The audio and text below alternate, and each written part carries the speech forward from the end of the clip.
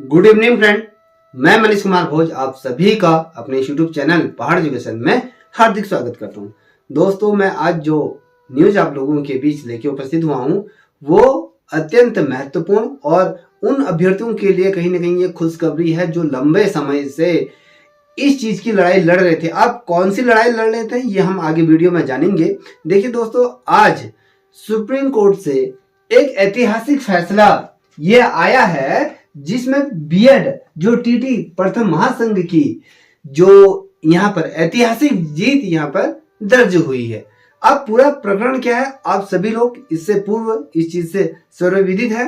देखिए दोस्तों, आप सभी को पता है जिस प्रकार से उत्तराखंड के अंतर्गत विशेष रूप से मैं बात करूंगा कि यहाँ पर आपके 2600 कुल पदों की संख्या जो निकली थी, यहाँ पर 2600 पद यहाँ पर जो निकले थे, 2600 पदों में से 1800 पदों पर यहाँ पर क्या होगी आपकी नियुक्तियां यहाँ पर हो चुकी थी और जो शेष जो पद थे उस शेष पदों में क्या हो गया था, यहाँ पर सुप्रीम कोर्ट में यहाँ पर स्टे ले लिया गया था और यहाँ पर जो भर्ती प्रतिक्रिया थी वो बीच में रुक गई थी। कहीं ना कहीं ये सुप्रीम कोर्ट ये मामला पहुंच गया था। पूरा प्रकरण क्या है, जैसे आप सभी को पता है कि 2020 में एक विज्ञापन जारी होता है जिसमें एनओएस से डीएलएड करे हुए जो अभ्यर्थी है उनको भी प्राथमिक शिक्षा भर्ती के अंतर्गत उनको सम्मिलित किया गया था और उसके अंतर्गत जो बीएड और जो डीएलएड वाले जो अभ्यर्थी थे वो उसके एवज में क्या किया है, सरकार के विरुद्ध आप कहें सुप्रीम कोर्ट में या हाई कोर्ट में ये चले गए थे। हाई कोर्ट ने जो ये एनओएस से डीएलएड किए हुए जो अभ्यर्थी हैं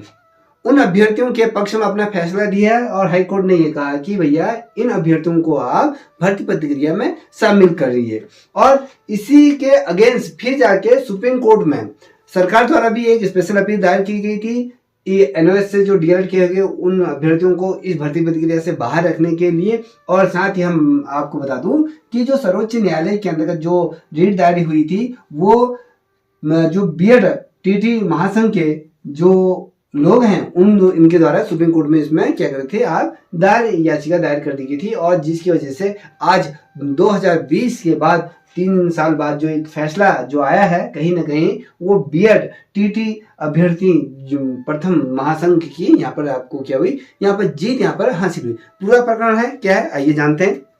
देखिए जो ये न्यूज आई हुई है ये आपके पहाड़ न्यूज है, यहाँ से ये न्यूज है, यहाँ पर लिखा हुआ है स्पष्ट तौर पर ब्रेकिंग न्यूज आपके सामने मैं रखने जा रहा हूँ। उत्तराखंड में एनओएस से डीएलएड किए जो प्राथमिक शिक्षा से ये बाहर इनको कर दिया गया है। अब ये प्राथमिक शिक्षक बनने योग्य ये नहीं है।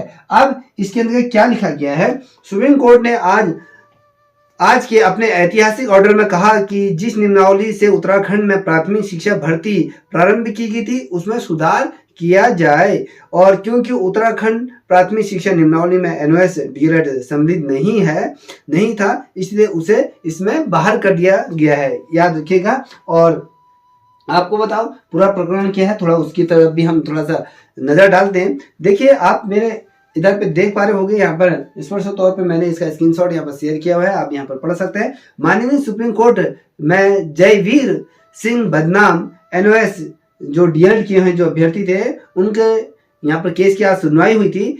सुनवाई के बाद पूर्व में पारित जो माननीय जो न्यायालय पटना हाई कोर्ट, त्रिपुरा, असम और नैनीताल हाई कोर्ट के साथ साथ समस्त जो जो रिटे थे आज उनको एक जगह मर्ज करके आज एक ऐतिहासिक निर्णय यहाँ पर दिया गया और ऐतिहासिक निर्णय में ये इन चीज को खारिज कर दिया गया है। और आपको बता दूं खारिज कर दिया गया है माननीय सर्वोच्च न्यायालय ने उत्तराखंड में गतिमान जो भर्ती प्रतिक्रिया है, जो भर्ती प्रतिक्रिया जो प्राथमिक स्तर पे जो हो रही है उसके लिए केवल अब उत्तराखंड में जो शिक्षक प्राथमिक शिक्षक जो बनेगा या उसके पास आपको डीएलएड द्विवर्षीय डीएलएड की डिप्लोमा उसके पास होना चाहिए, ठीक है, या फिर आपके पास द्विवर्षीय बीएड जो बीएड है या तो उसके पास बीएड की जो अर्हता उसमें होनी चाहिए। बीएड की अर्हता को इसमें संवैधानिक नियमों के अंतर्गत पात्र ये माना गया। अब देखिए इसमें क्या होगा, जो डीएलएड वाले जो अभ्यर्थी हैं पहले उन्हें प्राथमिकता दी जाएगी, उसके बाद आपके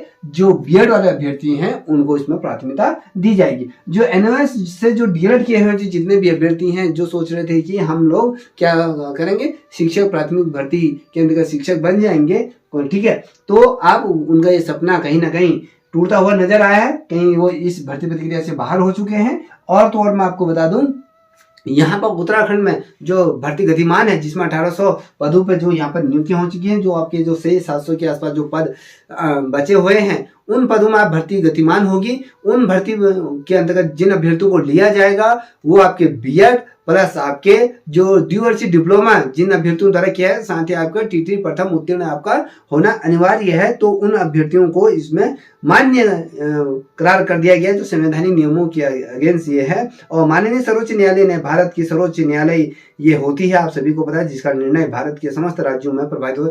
आज जो निर्णय दिया गया है, यह निर्णय भारत के जितने भी राज्य हैं जहां पर प्राथमिक भर्ती प्रक्रिया जहां पर गतिमान है, उन राज्यों में ये त्वरित रूप से क्या होगी, लागू हो जाएगी। ये जो सुप्रीम कोर्ट जो डिसीजन देता है वो संपूर्ण भारत में शिक्षा व्यवस्था के अंदर इसको लागू कर दिया जाएगा। और जो इसका अगर मैं बात करूं, जो इसका विस्तार पूर्वक जो इसका जजमेंट की जो कॉपी आएगी आज शाम की तक या सुबह तक, इसकी क्या होगी, आपके सुप्रीम कोर्ट के जो साइट है वहां पर अपलोड हो जाएगी। वहां से आप इसको निकाल कर प्रिंट करके पढ़ सकते हैं। ऑब्वियसली डॉक्यूमेंट आप अपलोड हो जाएगा।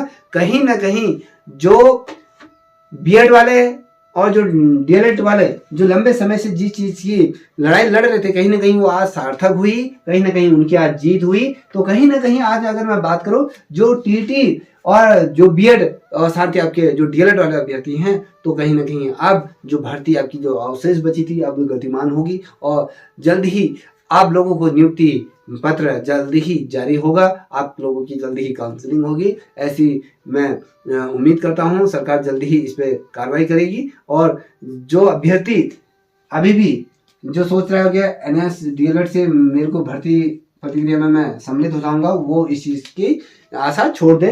अब सिर्फ बीएड प्लस टीटी और साथ ही डीएलएड वालों का ही यहाँ पर क्या होगा, आपका नियुक्ति यहाँ पर होगी। ठीक है दोस्तों, आपको ये जानकारी कैसी लगी? मेरे द्वारा दी गई जो जानकारी है आपके लिए अगर हेल्पफुल रही हो तो प्लीज आपसे रिक्वेस्ट करूंगा कि इस चैनल को भी आप लाइक शेयर सब्सक्राइब अवश्य करें, साथ ही अपने दोस्तों को भी साझा करें। तब तक के लिए इतना ही। जय हिंद, जय भारत, जय उत्तराखंड।